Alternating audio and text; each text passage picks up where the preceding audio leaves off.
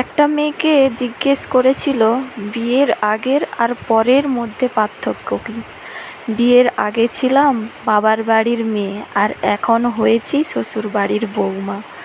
আগে আমার মুখে সবাই খাবার তুলে দিত, আর এখন আমাকেই সবার মুখে খাবার তুলে দিতে হয়। আগে একটু ব্যথা পেলে চিল্লাচিল্লি করে সারা বাড়ি মাথায় তুলে ফেলতাম, আর এখন অনেক ব্যথা পেলেও একটা শব্দও করি না। আগে হাসার জন্য মা বকত, আর এখন কাঁদতে গেলেও ভয় হয়। আগে একটু মন খারাপ হলেই মা বুঝে ফেলত, কিন্তু এখন ভিতরটা চুরমার হয়ে গেলেও কেউ বুঝে না। আগে নিজের পছন্দকে অনেক বেশি প্রায়োরিটি দিতাম, এখন অন্যের পছন্দের উপর ডিপেন্ড করে বাঁচতে হয়। আগে ঘুরতে অনেক ভালোবাসতাম, এখন একটু সময় বিশ্রাম নিতে পারলেই খুশি।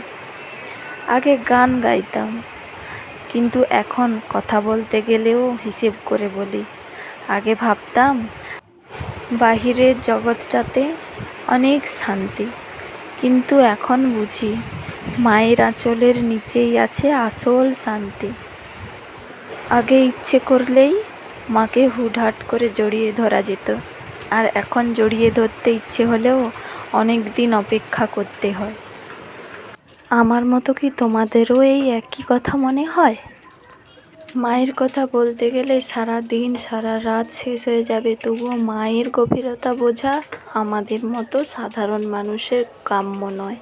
আমি মা হয়ে দেখেছি একটা সন্তানকে মানুষ করতে একটা মায়ের কি কষ্ট করতে হয়, কত লড়াই করতে হয় একটা সন্তানকে মানুষ করার জন্য। অনেক মায়েরা তো আছে তারা নিজেদের খাওয়া দাওয়াও ভুলে যায়। আমি মা হয়ে দেখেছি মা হওয়া অত সহজ নয়। মা হতে গেলে অনেক শক্তির দরকার হয়, যেটা ভগবান মেয়েদেরকে ভরে ভরে দিয়েছে, তাই তো মা জগতের সেরা। মায়ের ব্যাপারে তো অনেক কিছুই বললাম এতক্ষণ থেকে। এবার তোমরা বলো তো, এতক্ষণ যে এই ফুলগুলোর ভিডিও দেখালাম, এই ফুলগুলোর নাম কি? তোমরা কি কেউ জানো? যদি জেনে থাকো কমেন্টে আমাকে জানিও। এটা আমাদের বাড়ির বাগানের ফুল, এটার নাম গন্ধরাজ। যে এই নামটা দিয়েছে সে অনেক ভেবেচিন্তেই দিয়েছে, কারণ আমি দেখেছি আমাদের বাড়ির অনেক দূরে এই গাছটা লাগানো সত্ত্বেও এর ফুল যখন ফোটে আমাদের বাড়ির জানলা খুললে তার গন্ধ অত দূর অবধি চলে যায়।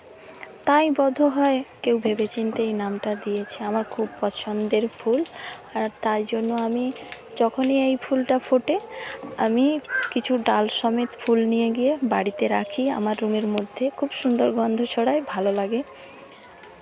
তো চলো আজকের মতোই এটুকুই। ভালো লাগলে লাইক কমেন্ট শেয়ার করো। Tata, bye bye.